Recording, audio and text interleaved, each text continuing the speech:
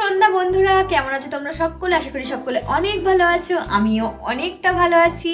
তো ভিডিও শুরুতেই সকলকে ভালোবাসা এবং বড়দেরকে প্রণাম জানাই। তো বন্ধুরা, যারা আমার ভিডিও দেখো তারা জানো যে আমি ব্লগ ভিডিও শেয়ার করি তোমাদের সাথে, কিন্তু আজকে একটা অন্য রকমের ভিডিও। যেহেতু শীতকাল চলছে, আমাদের বেগুন হচ্ছে অনেকেরই ফেভারিট একটা সবজি। বেগুন পোড়া, বেগুন ভাজা সবকিছুই কিন্তু আমাদের শীতকালে খেতে অনেক ভালো লাগে। সেরকম একটা সুন্দর বেগুনের রেসিপি হচ্ছে বেগুন বাহার। তো আজকের রাঁধুনি হচ্ছে এই যে আমার বর। তো আজকে আমার বর বললো যে সন্ধ্যাবেলা একটু বেগুন বাহার বানাবে। তো বরের হাতের বেগুন বাহার খেতে কেমন লাগে সেটা তো টেস্ট করে অবশ্যই তোমাদের জানাবো, কিন্তু চলো তার আগে বেগুন বাহারটা বানানো তো যাক। তো চলো দেখে নিই বেগুন বাহার বানানোর জন্য কি কি লাগছে। তো বেগুন বাহার বানাবার জন্য দুটো বড় সাইজের বেগুন নিয়েছি। এখানে 4 চামচের মতো চার মগজ, 2 চামচ সর্ষে, সাদা সর্ষে, দুটো কাঁচা লঙ্কা, কাজু, এখানে টমেটো সস আর এখানে টক দই।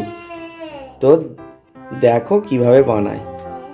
রান্না তো বর করবে, কিন্তু বরকে জোগাড়টা তো করে দিতে হবে। তো তার জন্য আমাকে এখন বেগুন কাটতে হবে। তো চলো বেগুনগুলো কেটে নিই। তো দেখো বন্ধুরা, আমরা তো এখানে দুটো বড় সাইজের বেগুন নিয়েছি, আর সেই তুলনাতেই কিন্তু আমরা সমস্ত উপকরণগুলো নিয়েছিলাম, মানে গ্রেভি বানানোর উপকরণগুলো। এবার তোমরা যদি বেশি বেশি করে বেগুন নাও তাহলে কিন্তু তোমাদের উপকরণগুলোও বেশি বেশি করেই নিতে হবে। তোমরা সেরকম বুঝে নিও। তো দেখো বেগুনটা একদমই ফ্রেশ, আর এই বেগুনটা আমি অনেকটা সাবধানে কাটছিলাম, কারণ এটা বোটা শুদ্ধ কাটতে হবে, যে মোটাটা আছে সেটা বাদ দেওয়া যাবে না। তবেই কিন্তু দেখতে ভালো লাগবে এবং খেতেই ভালো লাগবে বোটা শুদ্ধ ভাজা হলে বেগুনটা। আর যাতে কোনো উল্টোপাল্টাভাবে না কাটা হয়ে যায় তার কারণে অনেক ধরে ধরে সাবধানে কাটছিলাম, যেরকমটা তোমরা ভিডিওয় দেখতে পাচ্ছ। আর এখানে একটা বেগুন আমি 4 ফালা করে নিয়েছি। আমি এদিকে বেগুনটা কেটে দিচ্ছি, আর সোনামার বাবা ওদিকে চলে গেছে মিক্সারের মধ্যে ওই পেস্টটা বানানোর জন্য, মানে যে গ্রেভি বানানোর জন্য যে উপকরণগুলো নিয়েছি সেগুলো সব পেস্ট বানানোর জন্য। তো দেখো এখানে সমস্ত কিছু নিয়ে নিয়েছে, সব উপকরণ, তার মধ্যে কাঁচা লঙ্কাও দিয়ে দিয়েছে দুটো। তো এগুলোকে সব এবার একটা পেস্ট বানাবে। তো দেখো এটা কিন্তু বানানোর জন্য একদম অল্প অল্প জল অ্যাড করে করে বানাচ্ছে। বারে বারেই খুলে খুলে দেখছিল হয়েছে কি, আর একটু একটু করে জল অ্যাড করছিল। প্রথমেই যদি অনেকটা করে তোমরা জল দিয়ে দাও তাহলে কি বলো তো, গ্রেভিটা একদমই পাতলা হয়ে যেতে পারে আর খেতে একদমই ভালো লাগবে না। তার কারণে কিন্তু সোনামার বাবা একদমই অল্প অল্প জল অ্যাড করছিল আর গ্রেভিটা বানানোর জন্য এই পেস্টটা বানাচ্ছিল। তো দেখো প্রথমে একবার এরকম বানালো, তারপরে আরেকটু জল দিল, তারপরে দেখো পুরো একদমই মিহি মতো একটা পেস্ট তৈরি হয়ে গেছে। তো তারপরে দেখো এদিকে আমি তোমাদের দেখাচ্ছি বেগুনগুলো কত সুন্দরভাবে কেটে নিয়েছি, আর তার মধ্যে এখন নুন আর হলুদ মাখিয়ে নিলাম। আর দেখো বেগুনগুলোকে আমি একটু সাজিয়ে তোমাদের দেখাচ্ছি কতটা সুন্দর দেখতে লাগছে। এবার আমরা একটা কড়াই গরম করে নিয়েছি বেগুনগুলো ভাজার জন্য। তো বন্ধুরা দেখো প্রথমে কিন্তু আমরা এখানে রিফাইন তেল দিয়ে দিলাম, আর বেগুনটা কিন্তু সোনামার বাবাই ভাজছিল, আমি ভিডিও বানাচ্ছিলাম। তো দেখো এটা সোনামার বাবার স্টাইল, যে রান্না করার, যে প্রথমে একটু সাদা তেল দিয়ে দিল, তারপরে একটু সরষের তেল দিয়ে দিল, তারপরে দেখো একে একে বেগুনগুলোকেও ছেড়ে দিচ্ছে। তো চলো এক এক করে সব বেগুনগুলো কত সুন্দরভাবে ভেজে নিল সেটাই তোমাদেরকে দেখাই। তো দেখতে থাকো।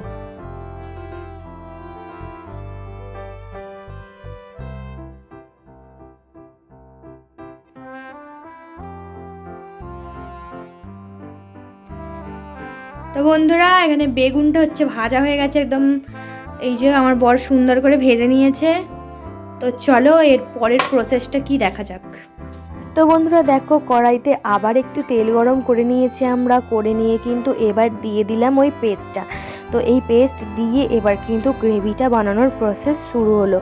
তো দেখো গ্রেভিটা বানানোর জন্য কিন্তু সোনামার বাবা একইভাবে কড়াইতে খুন্তি নাড়াতেই থাকছে। তো তারপরে দিয়ে দিল স্বাদ মতো চিনি আর স্বাদ মতো নুন। তো এখানে আর কিছুর প্রয়োজন নেই, শুধু নুন আর চিনিটাই সোনামার বাবা দিল, আমি এটাই দেখলাম আর তোমাদেরকেও দেখালাম। তো দেখো এবারে একটা জিনিস প্রয়োজন, যেটা হচ্ছে টক দই। ভিডিও শুরুতেই উপকরণের মধ্যে দেখিয়েছিলাম যে এই টক দই। তো এখানে আমরা 100 গ্রাম টক দই নিয়ে নিয়েছিলাম। তো সোনামার বাবা টক দইটাকে ভালো করে ফেটিয়ে নিল, তারপরে দেখো গ্রেভিটার মধ্যে দিয়ে দিল। তো এই টক দই দিতে মনে হচ্ছে গ্রেভিটা আরও সুন্দর হবে। তো চলো দেখা যাক, টেস্ট করে তবেই বলবো যে কেমন হয়েছে। তো দেখো বন্ধুরা, আবার কিন্তু টক দই দেওয়ার পরে ভালোভাবে একদম নাড়িয়ে চাড়িয়ে টক দইটা ওই গ্রেভির সাথে মিক্স করে নিল। তারপরে একইভাবে নাড়াতে থাকলো। কিছুক্ষণ পর গিয়ে গ্রেভিটা একটু ঘন হয়ে গেল আর গ্রেভিটা আমাদের এখানে রেডিও হয়ে গেল। ব্যাস, আর কিছু কাজ নেই, শুধু এবার একটাই কাজ আছে, এই ভাজা বেগুনগুলোর মধ্যে কিন্তু এই গ্রেভিটা সুন্দরভাবে দিয়ে দিতে হবে। তো দেখো সোনামার বাবা কিন্তু এই কাজটাও নিজে হাতেই করছে, গ্রেভিটা কিন্তু বেগুনের মধ্যে দিয়ে দিচ্ছে। তারপরে দিয়ে দিতে হবে কিন্তু সস, টমেটো সস। তো টমেটো সসটা যে যার স্বাদ মতো দেবে, মানে যারা বেশি খাও তারা বেশি, যারা কম খাও তারা কম। তো বন্ধুরা, এখানে তোমাদের একটা কথা বলে দিই, তো আমার ভিডিও তোমাদের যাদের যাদের ভালো লাগে তারা অবশ্যই ভিডিওতে কমেন্ট করবে, আর যারা এখনও চ্যানেলটাকে সাবস্ক্রাইব করনি তারা অবশ্যই চ্যানেলটাকে সাবস্ক্রাইব করে দেবে। তো দেখো সোনামার বাবা প্রথমে অল্প অল্প করে সস দিয়েছিল, কিন্তু আমি যেহেতু বেশি সস খাই তার জন্য তাকে বলে বলে আবার সস দেওয়া করিয়েছি। তো তোমরা যেরকমটা ভিডিওর মধ্যে দেখতে পাচ্ছ, প্রথমে অল্প অল্প দিয়েছিল, তারপরে আবার বেশি বেশি দিয়েছে।